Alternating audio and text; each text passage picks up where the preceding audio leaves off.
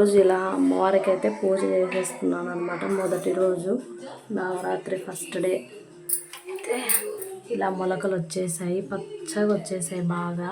ఒక్కరోజుకేనో ఇలా శివలింగాన్ని శివయ్యనైతే ఇలా అలంకరించుకున్నాను. ఈయనను కూడా బాగా అలంకరించేసుకున్నాను ఈరోజు.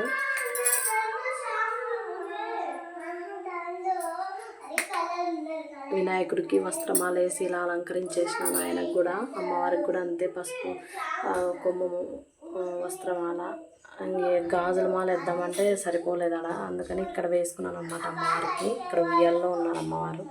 తర్వాత ఇక్కడ ఆకులో నేను విఘ్నేశ్వరుని ప్రతిమలను, అమ్మవారి ప్రతిమలను పెట్టుకున్నాను అన్నమాట కుంకుమార్చన కోసమని. ఇలా ప్రసాదం అయితే పెట్టేసుకొని ఇలా చేసేసుకున్నానండి. ఈరోజు అయితే ఫస్ట్ డే అమ్మవారికి ఇలా పూజ చేసేసుకున్నాను.